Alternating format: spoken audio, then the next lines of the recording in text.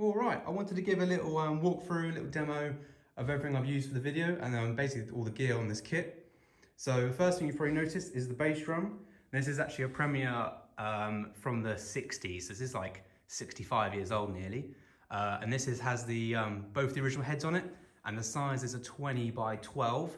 So really lucky to have that. These toms I've actually picked up from a friend of mine. These are Yamaha toms from the 80s. Can't really see them because of the light, but there is, if you can see that, for anyone who's interested. So these are a 13 by 9 and a 16 by 16. The heads on these are the Evans calf tone, which I just love for this kind of sound. Proper thin, but still got that nice like texture sound that you want from this kind of thing. And on the bottom, they're Williams, which are kind of the same thing, but just a different brand.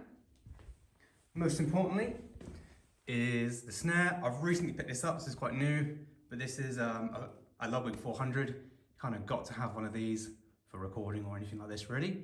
These are great, and again, that's got the same heads. Dampening wise, got the snare weight, which they're fantastic. Ever since I've had them, I've loved them, so I bought another one because they're great. And then more snare weight stuff. The M1's just to control a little bit of the overtones, not that you can hear it too much. Cymbals, I've got Byzance. These are the jazz ones, but these are actually upside down because these ones are a bit drier, a bit darker the other way around, so I actually quite like them upside down.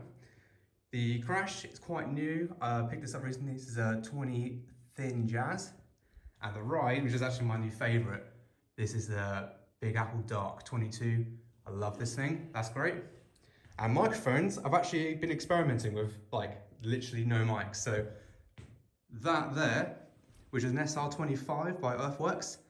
It's a small condenser, obviously, and it's picking up everything. But you've got to use small condensers because I found with large ones, you just get way too much cymbal, not enough for the drums.